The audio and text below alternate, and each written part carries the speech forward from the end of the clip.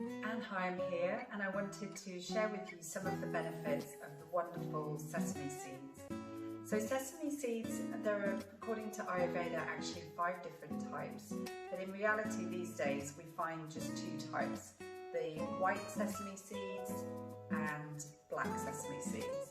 And according to Ayurveda, we say that black sesame seeds are the best out of all the different types of sesame seeds.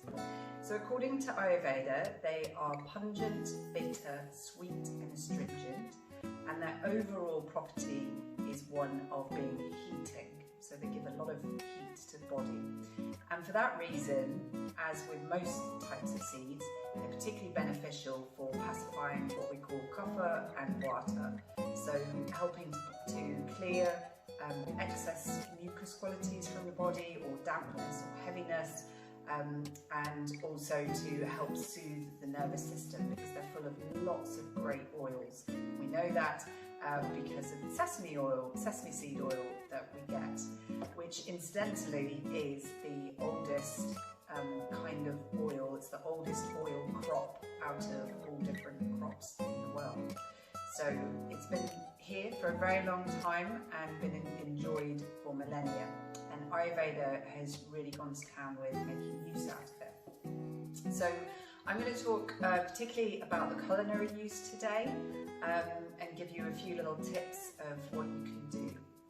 So in terms of some of the properties and some of the benefits, sesame seeds are great for bones, teeth, nails, hair, for the luster of the skin, for if a mother is breastfeeding, for lactation and the quality of milk, also to help the reproductive system in general, so good for enhancing semen in men. And we can use it as well in relation to the menstrual system. So with that heat, with the period is not really coming on, and we need a little bit of an encouragement in the body to help in that final progesterone phase, we can use sesame seeds. And this is really explored a lot in seed cycling today. You may have come across that, and even in seed cycling practices they recommend sesame seeds during that final 5-day window-ish before an expected time of menstruation. So if there's painful menstruation, if there's scanty menstruation, if there's emotion before, so particularly maybe tearful, or just everything's all just a bit much, maybe when one might reach for something comforting traditionally like chocolate or something like that, that could be a sign. All of those things could be a sign to use sesame seeds. So any kind of weakness in the nails, in the bones, in the teeth, in the hair, sesame is awesome for that. And one of the reasons for that is because they are so packed with minerals. So lots of calcium, particularly the black sesame seeds. The colour is kind of the indicator. They're great in terms of their iron content. So particularly for menstruating women, the preference would be black sesame seeds are particularly good for that. So yeah, calcium, iron, zinc, copper, vitamins, and a lot of fibre in them. So all in all, they're little kind of powerhouses of energy. And one of the reasons they have so much power is because as a plant they are phenomenal. They grow in drought conditions. So a lot of conditions where other crops wouldn't grow, you will find sesame growing. So in sort of dry, arid, desert type places, sesame seeds, sesame, the plant thrives there, and they produce these pods, and then that's where the seeds come from. So I would say that that's why they have all this inherent heating property, which from an Ayurvedic perspective, if there's too much heat in the body and too much inflammation, and what we would classify as more of a strong pitta condition, we might find that the consumption of seeds in general and sesame seeds might be too much heat, so we would probably not eat so much of them, or not eat them literally in that way.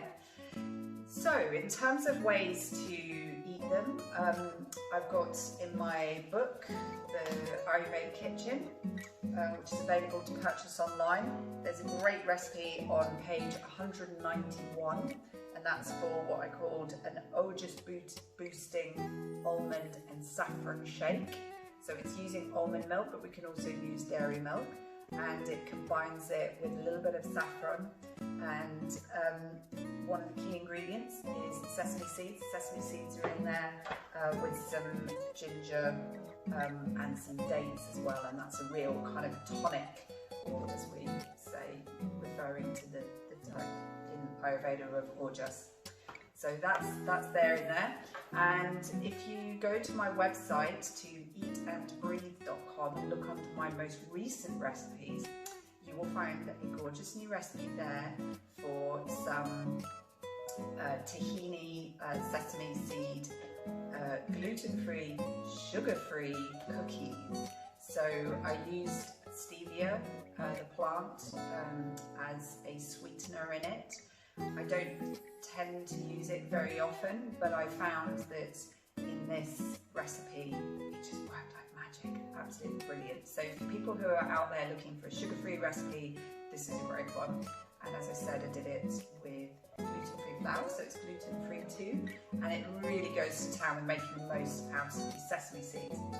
Now the thing that's really important with sesame seeds is that we chew them, and we eat them mindfully, because we want all that goodness to be able to come out of the seeds. And if we just eat it in a bit of a rush and we really just swallow it down quickly, the gut is going to have to do a lot of job to try and break into that seed and extract all its nutrients. So we can do that with our teeth. So through really eating more mindfully and more slowly than we would maybe at other times, we can really get the benefits from the sesame seeds. It has this added effect that we're chewing and crushing and breaking down the sesame, which is doing something in the mouth. So we will be releasing those oils ourselves, which are going straight into the teeth, and they're going to further benefit the teeth. And the action of chewing is activating everything in the gut. So we're activating lots of saliva, sending lots of signals down into the gut to prepare itself for the food. And so then we're going to have a digestive system that's really primed and really ready to extract all the goodness out of those mushed up sesame seeds that we are eating. So somewhere between a teaspoon and a tablespoon, depending on the needs, of sesame seeds a day can be added to food. We can add it to porridge, we can put it on top of rice dishes, you can put it really in salads, anything you want, just that sprinkling of sesame seeds.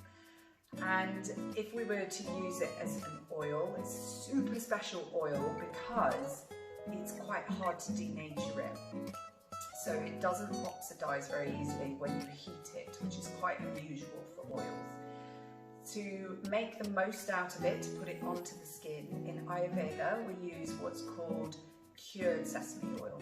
So cured sesame oil is basically sesame oil that has been low grade heated for around 2 hours. So it's a really long, slow cure. What that does is that activates some of the active ingredients in the oil that then makes it more absorbable and takes those carrier properties straight into the skin and beyond. So then we get this real luster within the skin as we use it over the course of time. I hope you found that really interesting, a little introduction to sesame and how we use it in Ayurveda. And if you did enjoy this video, please feel free to give it a thumbs up, please feel free to like it, and of course share it widely. If you've got any comments, any questions, please put them below, and when I've got a chance I'll hopefully be able to check in, have a look and send you a message back. Thanks for watching.